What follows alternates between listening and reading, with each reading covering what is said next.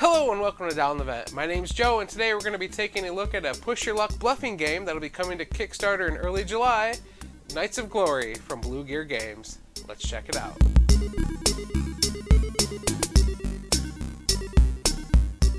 Alright, let's go ahead and take a look at how to play Knights of Glory. So here I have the game set up for 3 players. To set up, you're going to give each player their 2 voting cards, an agree and a disagree.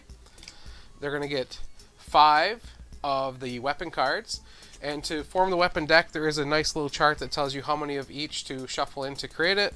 In a 2 to 3 player game you'll have 2 bombs, 2 keys, 2 shields, 2 swords, 2 torches, 2 jesters, and 3 wild cards, equaling 15 cards, so each player will get 5. And then you'll give each player their pawn that matches their color and the symbol on the back of their card, just in case you are colorblind. That is colorblind friendly. And you're going to put the pawns on the start space here. And then the player who was the last person to tell a lie will get the rook piece. So then all the players are set up to go. To set up the rest of the game, you'll need to take the dice, make sure they're out there where everyone can reach, the cog tokens, which are Knights of Glory tokens, and then you'll shuffle up the 12 tier cards. So there's 12 of each tier, tier 1, tier 2, tier 3, and you'll deal out 2 of them to form the path through the dungeon. And then you're ready to go. That's it. The game's set up super quick, super simple, and fast to set up. On your turn, you get to choose from 3 different actions to do. The first one is advance. That is when you're actually going to be working your way through the dungeon and pushing your luck to try and make it to the end. The next one is pass, and that is simply just pass your turn, and it goes on to the next player. Maybe you don't have good cards, or you're just not feeling lucky, or you just need a break for a round. That's completely fine. And the last one is discard. In discarding, you can discard as many cards as the tier of the dungeon that you're on. So when you're on the start space, you cannot discard any cards because you're not entered the dungeon yet. When you're on a tier 1 card, you can discard 1 card. Tier 2, you can discard 2 cards. Tier 3, discard 3 cards. And that's it. So knowing your 3 actions and your goal to make it to the exit before anyone else can make it to the exit, you want to try and advance as quickly as possible, and that's where the push your luck and bluffing comes into play. So the purple player, just to give an example of a few rounds here, is going to choose to advance on their first turn. So these cards all start face down, and we're going to flip one up, and then we'll do what we need to here to make it through the tiers. So the tier 1 cards here always have 1 die in the top right corner, because you're going to roll 1 die to see what kind of card you need, what kind of weapon you need to make it through that level of the dungeon. And then usually they'll have a weapon card here that you can use to help you make it through. So sometimes it's a sword, so even if you roll like a shield, you can use a sword to make it through, etc., etc. But this is a death trap, so there's no weapons here, and death traps are different because normally if you fail to make it through a tier of the dungeon, you go back 1 tier, so you just go back 1 card. So say the death trap was here, or say I was on this card here and I failed, I would simply go back 1. If this card here was a death trap though and I failed to make it through, I have to go all the way back to the beginning of the dungeon and try to work my way through it again. So the purple player is going to attempt to make it through this level of the dungeon. So they're going to go ahead and roll a die here. Okay, they got a blue shield, and they're going to look through their hands here. So there's some different cards here. I kind of mentioned them earlier. There's keys, swords, bombs, shields, jesters, torches, and wild cards. So the purple player has a shield token, or shield card, so they can just play it like this, face down, and put the shield token on it.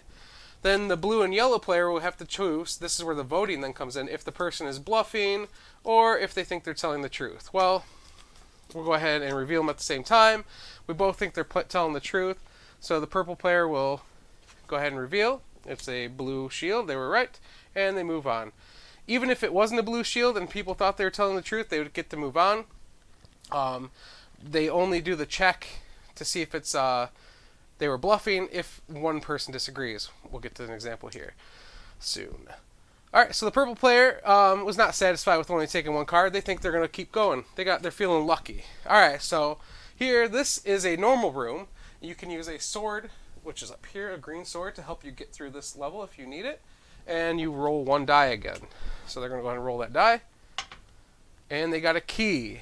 So the purple player here does have a key, but they also have a jester. And they're going to go ahead and play that jester instead of their normal one. So now we go back to the voting phase again. So the blue and the yellow player will then think and see what they want to try here. And it's only tier 1. They're not feeling too crazy like this. They should have a sword or a key. They should be able to make it through. So they're both going to agree. So then the purple player will reveal that it was a jester. And if they bluffed and were successfully able to make it through the next level of the dungeon using a jester, they'll get a cog token. And you actually get a cog token for each jester you use. So on like a tier 2 room, if you use 2 jesters to make it through, you could take 2 cog tokens. And cog tokens are awesome because they can be used to replace any of these symbols on the die that you may roll. It's almost like an extra wild card that you can use at any time throughout the dungeon.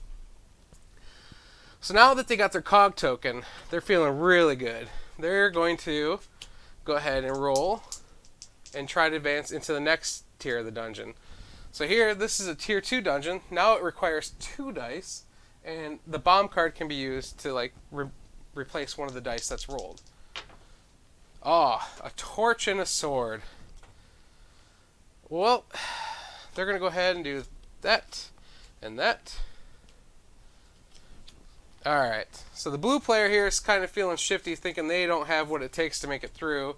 The yellow player is not willing to chance it, and they're going to say agree, disagree. Alright, so we'll go ahead and reveal. They have a torch to match the torch, and instead of the sword here, they actually have the bomb, which allows them to use it, so they actually make it through.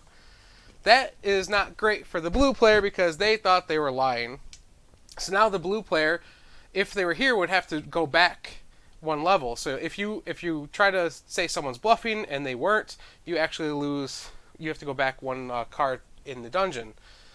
But since they're on the start path, they have to actually look at their hand and choose one of their cards to discard. So they're going to go ahead and get rid of a shield, I guess, because they see there's a sword and a bomb coming up. So they don't want to get those because those kind of count as wilds on those spaces. Alright, so the purple player can now keep going if they want, or they can discard. But they're just going to go ahead, end their turn there. They're happy with how far they made it this time, and it goes to the next player. So now the yellow player is going to take their turn. So now the yellow player knows what they need. They need to have whatever matches, whatever die comes up, they need to have that card. Luckily, the yellow player here has 2 wilds in their hands, so they're looking pretty good to roll whatever. It doesn't matter. So here we go. They got a key. Well, lo and behold, they have a key, so they're going to put that down. Now it's up to the blue and the purple player to try and guess whether or not this person's lying. They're going to both say, nah, not worth it. It was a key. They move on. Go ahead and go again. Blue shield. Let's see if we got that. We do not, but we have the wild, so we'll go ahead and do that. And we'll be like, oh man, okay, we got this, yeah. Actually, you know what we're going to do? This room actually allows us to use the sword to replace one of our weapons on the dice that we rolled, so we're going to use the sword instead. The blue player's going to be like, I can't really afford, so I'm just going to go ahead and allow it. But the purple player's like, no. There's no way this guy has a sword or a shield. So they'll flip it. So the blue player agrees, but the purple player disagrees. So we'll have to reveal. And we have the sword, which is allowed there, so we'll move forward. And the purple player will actually lose a level in the dungeon because they were incorrect. Alright, yellow player's feeling good. They're making their way. We still got 2 wild cards. We have nothing to worry about here in this next level. And look at that. So we have a key and a blank. Blanks mean you do not need a card to advance. You still have to do the key because that one rolled up separately. But if you rolled all blanks, then you can just keep going and going without using any of your cards. So, yellow player made it out pretty lucky there. They're going to go ahead and place the key there. We're going to wait to see if blue and purple agree. They're both kind of afraid now. They're both taking some hits, so they're both just going to agree. And yellow will go ahead and show it was a wild and move up. They didn't have to, it didn't matter what it was, but it wasn't a jester, so they don't get a card token here. We're going to go for it again. So, they're going to go ahead and reveal the next one. Another death trap path.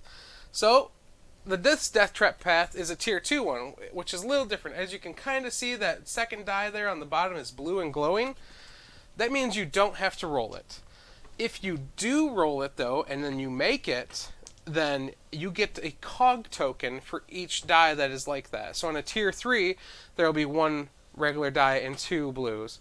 So the more you push your luck to trying to get to that level, the more cogs that you'll get for your reward. I don't feel like chancing it. I only want to roll the 1 die because I have the 1 wild. I got a torch, so I'm actually going to use the torch and put it there. And the blue player's like, there's no way he's got a torch. There's no way he's got this. The purple player is afraid to move back more, so they're just going to agree. The blue player disagrees. Well. I have a torch, which allows me to move forward again, and I don't fail the death trap room. But blue player has to lose another card, so they're going to go ahead and discard their sword. And then the yellow player can try to move on again. Another way that you can get cog tokens is by advancing to a card, or successfully advancing to a card when you have less weapon cards in your hand than the tier. So if I have 1 card and I'm trying to advance to a tier 2 room, that would give me a cog token if I do it successfully. Or if I have 2 or 1 cards when trying to advance to a tier 3 room and I do it successfully, I'll get a cog token. I don't like my chances, though, of making it on 1 card, because I would have to roll 2 blanks on the tier 3 room, because, as you can see, the tier 1 rooms have 1 die, tier 2 have 2 die, and tier 3 have 3 die. So I'm just going to go ahead and be done, and then go on to the next player's turn. So now it's the blue player's turn. So the blue player starts off with a little bit of a disadvantage here, because they guessed wrong twice. They only have 3 cards left in their hand. But they're going to try and make it through this dungeon either way. So they're going to go ahead and do through the first room here. They need a blue shield. They're going to put the jester down. And then the yellow player's going to be like, do they really have a blue shield? I don't think they do. The purple player is just going to agree because they're afraid. The yellow player is going to disagree. So now we'll reveal here. And it's a jester. Alright, so the blue player was caught in their bluff. Because they're on the starting tile, nothing will happen except that their turn ends immediately. So they do not get to advance at all. If they were on like this tier already, they would go back. But because they caught in their bluff, their turn ends, they cannot advance or discard or anything else. They're just done. And it goes on to the next round, or next phase of the game. So the next phase of the game is the refresh phase. So refreshing is simply taking these cards, the discard pile, shuffling it, and then dealing everyone back up to 5 cards again. So we're ready to go for the next round. So let's see, here we go. 1, 2, 3, 4. 1, 2, 3. 1, 2, 3, 4. And then the rook, the first player token, goes to the person that's in the last space. If 2 people are tied for it, it goes to the person farthest on the right.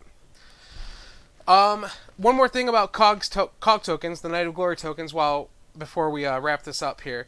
Not only can they be used as wild when you're rolling for dice, but say you guess incorrectly, or that someone was bluffing or not bluffing, or someone catches you in a bluff and you would have to move backwards, you can cash in that cog token to not move back through the dungeon. So it's very powerful.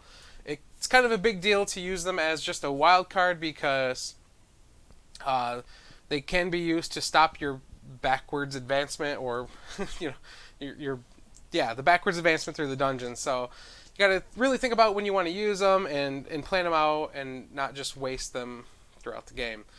But that's essentially how you play Knights of Glory. The first person to get to the exit will be a winner. Then they'll get 1 more turn around the table for everyone else to get there to also be winners.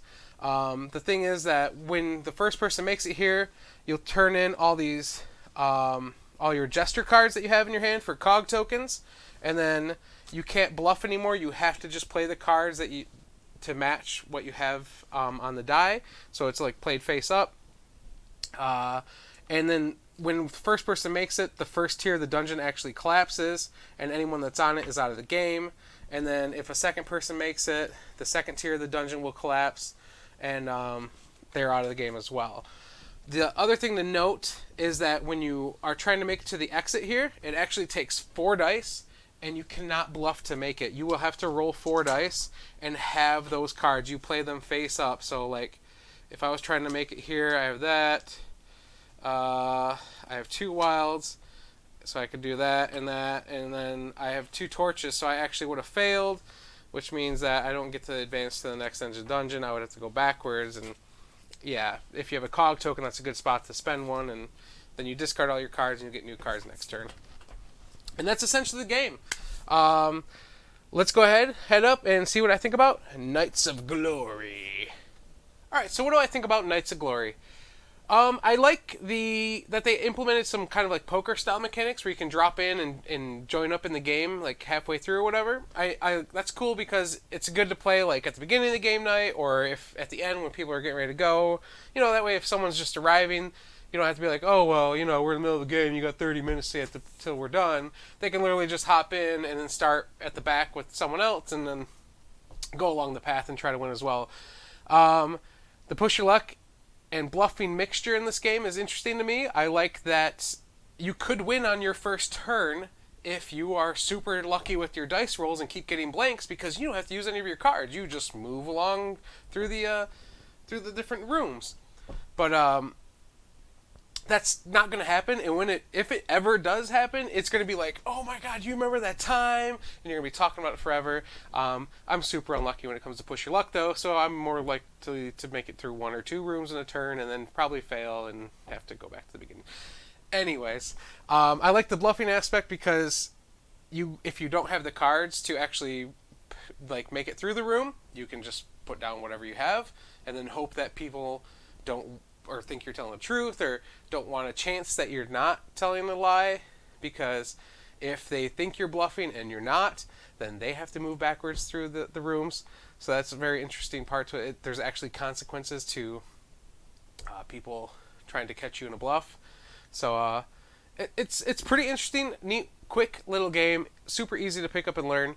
And I recommend you check out the Kickstarter for more information. Until next time, though, my name's Joe, and you've been watching Down the Vent.